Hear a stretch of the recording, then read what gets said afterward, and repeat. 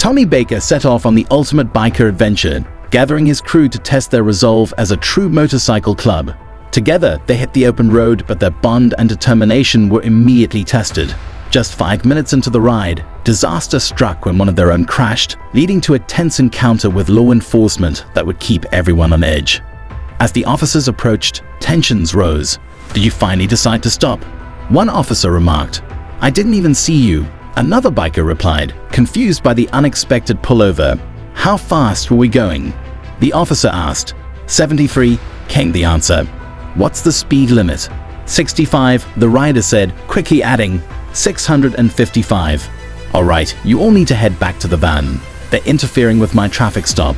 Everyone's at risk of going to jail if they stay out here," the officer warned. The group reluctantly followed instructions. The situation took a dramatic turn when one of the bikers was found carrying a gun, but without bullets. This raised serious questions, suggesting possible tensions within the biker community. The officers continued their questioning while the group, now worried about their friend, noticed that 2 members, Tommy and Moody, were no longer with them on the road. Instead of searching for them immediately, the group chose to prioritize refueling, especially since one bike was dangerously low on fuel. It was a tough call, balancing urgency with practicality as they faced an unexpected setback. Back at the stop, tensions simmered.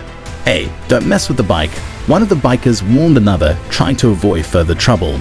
The officer issued a ticket, explaining, "It's a $150 fine if you just pay by mail." Despite the setback, the group continued their journey, eager to find Tommy and Moody. They eventually made contact and learned that the two had stopped for fuel as well. Though Moody's actions had led to their stop by the police, they agreed to meet up soon. But the challenges didn't end there. As the group continued down the road, more tensions arose and accusations were thrown about who was at fault for the police encounter. But the riders pressed on, determined to continue their journey. It wasn't long before they were stopped by the authorities once again. "Those guys up front, one of them's got a big ticket," one officer said. Another rider grumbled, "I've been flashing my lights, trying to get you to slow down for the last 10 miles. The response, doesn't bother me a bit," said the first rider. "I told you to slow down."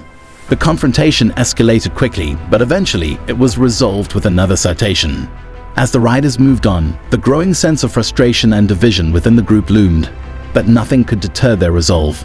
The road ahead was still full of challenges, and the tension between adventure and law enforcement would continue to test their mettle. "Your signature right there on the X, please," the officer instructed. The rider looked at the ticket and asked, "What do you think he'll do? Just one ticket and that's it? They usually only ticket the front guy, right?" "Yeah, because he had the whole group following him," the officer replied. "How fast are we going?" 66 in a 45 zone. Brian took the ticket with a resigned sigh. "Here's your copy," the officer said, handing it over. Another rider joked, "I wouldn't let them just handcuff him. Should we tase him instead?" "Look at the bright side, Brian. It's better you than me," another voice added.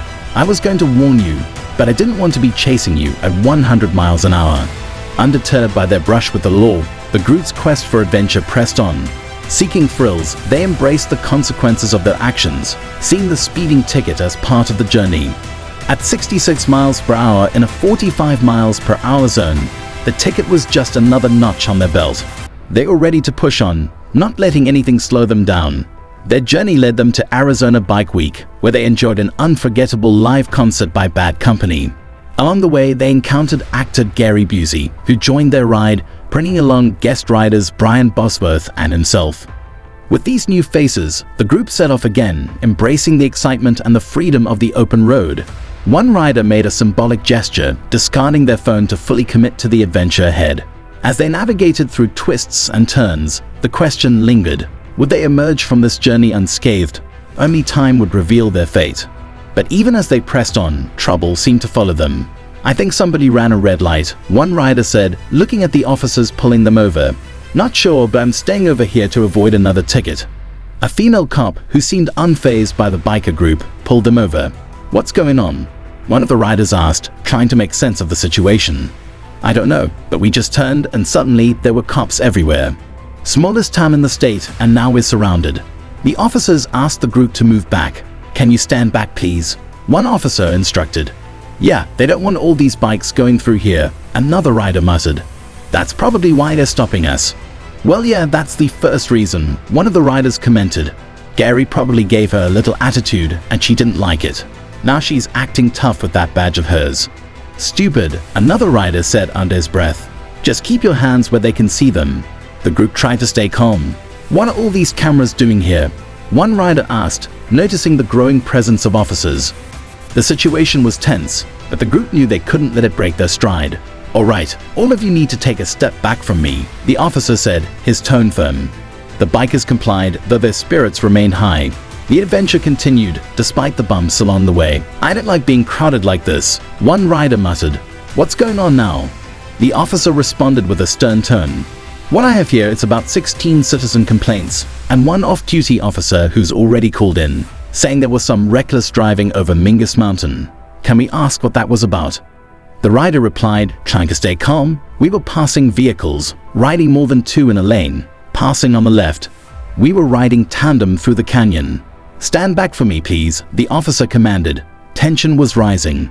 As the scene unfolded, one of the bikers, who had been trying to stay out of trouble, stepped forward.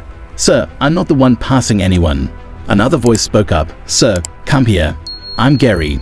My name's Gary Bosworth." This was the moment they had all been dreading.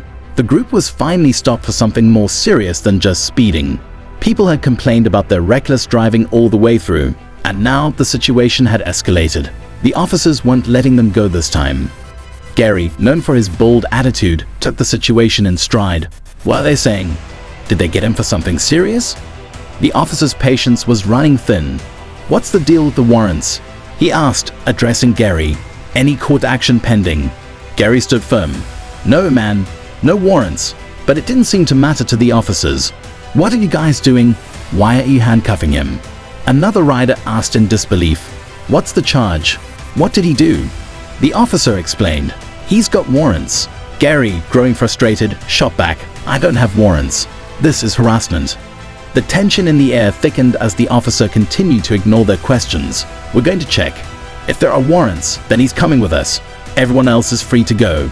The group watched, uncertain about what was happening next. Some riders were frustrated and angry, but they knew better than to escalate things further. "Officer, we're good to go, right?" one asked. "Yeah, you all can leave," the officer replied coldly.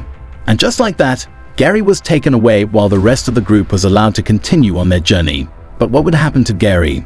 Would he make it back onto the road as part of the club, or was this the end of his ride with them? This was more than just a routine traffic stop. It was a turning point for the group, a test of their loyalty and the strength of their bond. As they forged ahead, the stakes had never been higher. Their ride was no longer just about freedom and thrills. It was about survival in the cutthroat world of motorcycle clubs.